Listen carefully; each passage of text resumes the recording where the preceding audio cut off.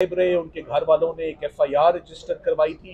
Islamabad high court में habeas corpus की petition हुई और फिर वो सामने आए, मंजर आम पर आए और सामने आने के बाद वो मुलजिम बन गए। मुलजिम से उनका स्टेटस चेंज होकर गवाह का बन गया इमरान खान साहब के अगेंस्ट।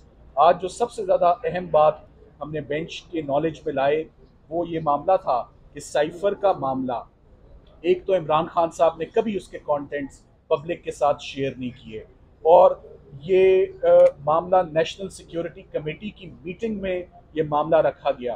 33 दिन तक इमरान खान साहब वजीर आज़म रहे, 33 दिन तक ये साइफर उनके पास रहा और एक मीटिंग होती है नेशनल सिक्योरिटी कमेटी की, ऑफिशियली डी क्लासीफाई होता है साइफर और डी क्लासीफाई होने के बाद ये डी मार्च किया जाता है। डी मार्च का मतलब एक एहतजाज किया जाता है, एक प्रोटेस्ट किया जाता है यूएस एम्बेसी से कि ये अनडिप्लोमेटिक लैंग्वेज इसमें इस्तेमाल हुई है, ऑब्जेक्शनेबल लैंग्वेज इस्तेमाल हुई है और एक प्रोटेस्ट जो है वो लॉन्च किया जाता है, जिसको दूसरे वजीर आज़म भी जब वो आते हैं तो वो भी उसको अप्रूव करते हैं कि साइफर के कंटेंट्स जो हैं वो ऑब्जेक्शनेबल हैं।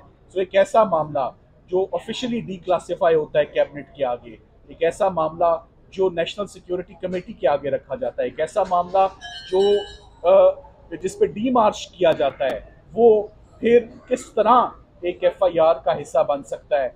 ये तो क्लियरली पाकिस्तान के अंदरूनी मामलात में मदाखलत थी, ना कि साइफर केस और ये ऑफिशियल सीक्रेट एक्ट तो उन लोगों के लिए जो दुश्मन मुल्क के साथ पाकिस्तान का कोई सीक्रेट शेयर करते हैं। तो ऐसी कोई भी चीज़ इस एफआईआर में नहीं है।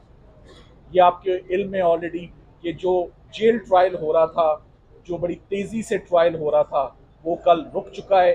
तमाम एविडेंस रिवर्स हो चुका है, तमाम चार्ज भी दोबारा फ्रेम होगा अगर होगा, और एविडेंस भी दोबारा रिकॉर्ड होगी अगर होगी।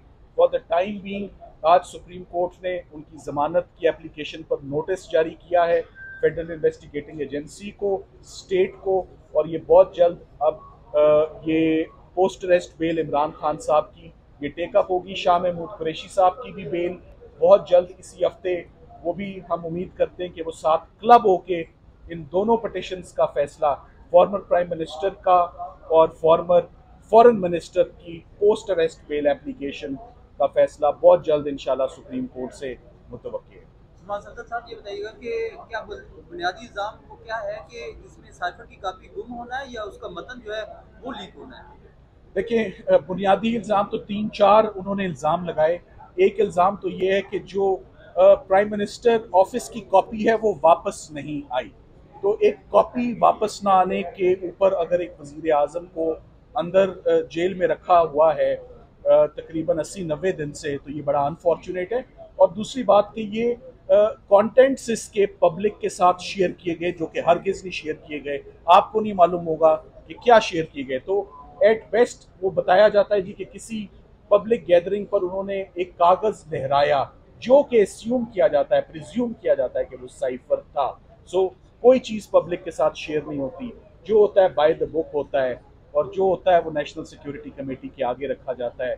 और सो इधर कोई जुर्म ही नहीं हुआ। हमने आज मेन हमारी ग्राउंड ये थी कि ऑफिशियल सीक्रेट्स एक्ट का इसको बिला वजह इसको कॉम्प्लिकेट करके आपके आगे रखा जा रहा है, अवाम के आगे रखा जा रहा है। ये बड़ा सीधा सा केस है, मगर इमरान खान साहब के ऊपर जितने भी केसेस हैं वो सारे कॉम्प्लिकेटेड केसेस ही आ रहे हैं। फॉरेन फंडिंग का केस हो तो वो घुमा के पेश किया गया, तोशा खाना का केस है वो भी घुमा के आया, ये साइफर का केस है, इसको भी जैसे हम अंग्रेजी में कहते हैं ना all Greek for the citizen, जिस केस की किसी को समझ ना आए वो केस बनाकर तो रजिस्टर कर दिया जाता है, बात का हवा बनाया जाता है, उसके अंदर होता कुछ नहीं। सलमान साहब ये बताएं कि आप फौजदारी मुकदमात के बहुत माहिर वकील हैं। आज जस्टिस सरदार तारिक मसूद साहब ने एक ऑब्जर्वेशन दी है कि आमतौर के ऊपर डिफेंस जो है वो ट्रायल की खामियों के ऊपर खामोश रहते हैं और बाद में जब ट्रायल कंक्लूड हो जाता है तो उसको अदालतों में चैलेंज करते हैं। अब वक्त से पहले खामियों को दूर कर रहे हैं। देखिए, मैं आपको आपका सवाल मैं समझ गया, उसका जवाब आप उससे ले लें।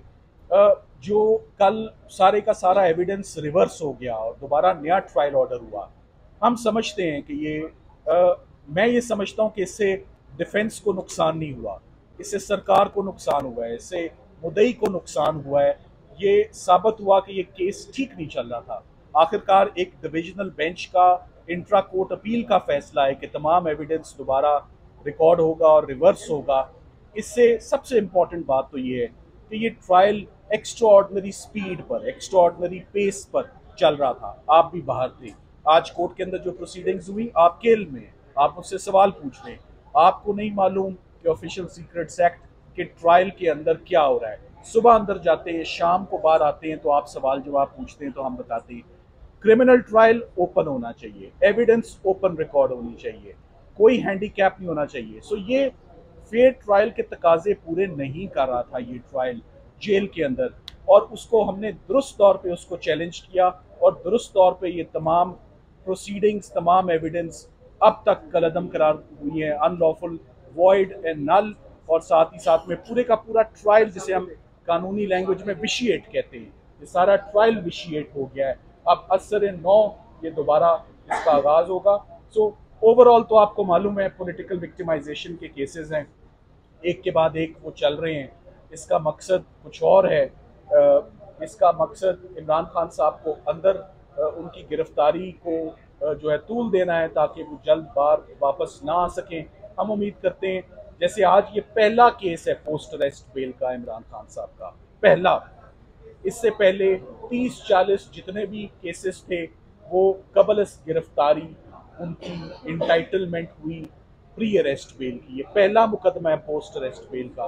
तो उम्मीद करते हैं कि पोस्ट अरेस्ट बेल ग्रांट होगी इंशाल्लाह जिस दिन इसकी। सलमान साहब, एक जो हाई कोर्ट की जानिब से बताया गया, आपका एतराज़ जज की तैनाती के सिलसिले में था, और दूसरा ये कि वो जो वहाँ से जो आर्डर जारी हुआ है उसकी जानिब से नोटिफिकेशन जो यहाँ वजारत या काबीना की तरफ से था, उसको बुनियाद बनाकर कहा गया है कि जेल के अंदर समातें नहीं होनी चाहिए। अब तो देखिए, अभी तक का जो ऑर्डर आया है उसमें जज साहब की तैनाती को दुरुस्त करार दिया गया है, मगर ये 3 सफ़ों पे ऑर्डर है। अभी तफसीली ऑर्डर जो है ये आना है। जैसे तफसीली ऑर्डर आएगा आपके पास तमाम हकाइक आ जाएंगे कि बेंच की इंट्रा कोर्ट अपील में 2 मेंबर बेंच की तफसीली ऑब्जर्वेशंस क्या हैं। जब वो सामने आएंगी तो पता लगेगा, मगर मेरी जहाँ तक राय है, ये ओपन ट्रायल होना चाहिए, ये पब्लिक में होना चाहिए। ये दहशत गर्दी का कंपाउंड F11 का G11 का बड़ा सिक्योर कंपाउंड है। इमरान खान साहब तकरीबन 1 साल वहाँ बड़ी बाकायदगी से हर हफ्ते आते रहे, तो जैसे पहले आते रहे उसी तरह अब सरकार की हिरासत में उनकी जिम्मेदारी बनती है कि वो पेश करें, वो लाएं, और ये ओपन ट्रायल पब्लिक की आंख में, कैमरे की आंख में, मीडिया की रिपोर्टिंग भी होनी चाहिए, और फेयरनेस का ट्रांसपेरेंसी आती है ओपन प्रोसीडिंग से। इससे फेयर ट्रायल इससे आता है, तो ये बंद कमरों में नहीं होना चाहिए। Thank you very much.